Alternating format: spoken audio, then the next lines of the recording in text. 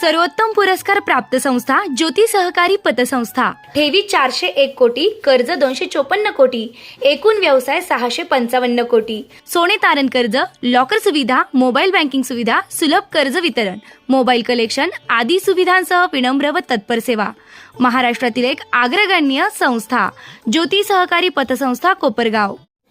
कोपरगाव तालुका police station व police अधिकारी कर्मचाऱ्यांसाठी बांधण्यात आलेल्या 64 शासकीय निवासस्थानांच्या नव्या इमारतीच्या उद्घाटनाला अखेर मुहूर्त लागलाय।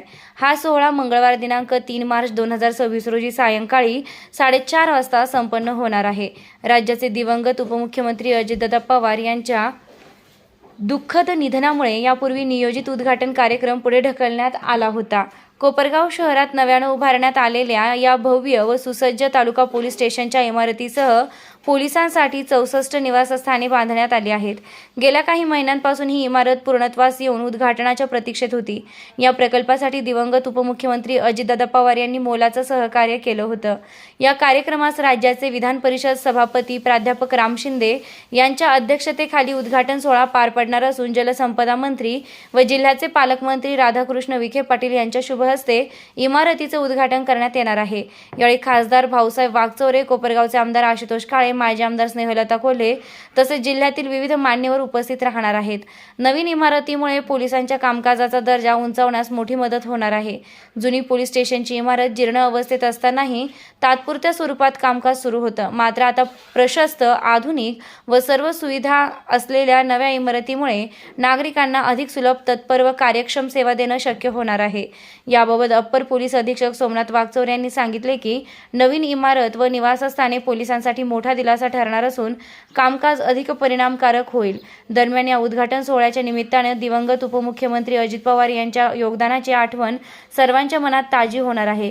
त्यांच्या सहकार्यामुळेच हा महत्त्वाचा प्रकल्प साकार झाल्याची भावना व्यक्त होत आहे।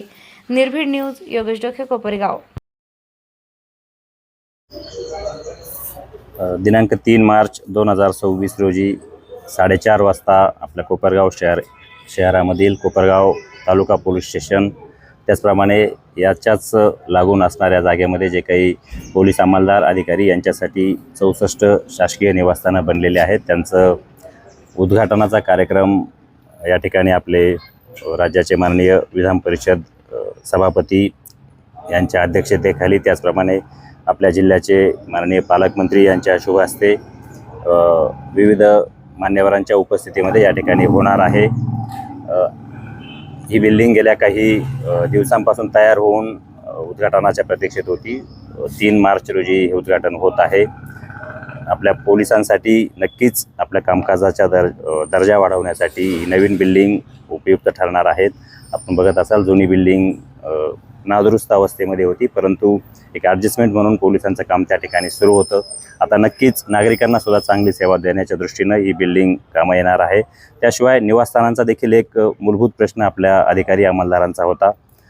64 निवासस्थानं या दोनही पोलीस स्टेशनच्या अधिकारी अंमलदारांना या निमित्ताने उपलब्ध होणार आहेत। आमच्या अधिकारी आणि अंमलदारांसाठी एक खूप सकारात्मक गोष्ट या निमित्ताने त्यांच्यासाठी निवासस्थानं मिळालेली आहे। आपल्या पाल्यासाठी स्पर्धा परीक्षांची भक्कम तयारी करायची आहे का? IIT, नीट, मेडिकल, NDA सारख्या मोठ्या स्पर्धा परीक्षांची तयारी योग्य वयात सुरू होणं खूप महत्त्वाचं असतं। म्हणूनच कोपरगावमध्ये इयत्ता 6वी पासून मजबूत पाया घालणारा एकमेव foundation class AK science foundation academy. गेल्या 10 वर्षांचा यशस्वी अनुभव, अनेक विद्यार्थ्यांची IIT व मेडिकलमध्ये निवड। कोपरगावमधील ओरिजिनल फाउंडेशन कोर्स कंडक्ट करणारा एकमेव क्लास। नवीन बॅचेस 1 मार्च पासून सुरू। Limited seats. आजच प्रवेश निश्चित करा। संपर्क 87 66 56 00 83। AK science foundation academy, Kopargaon.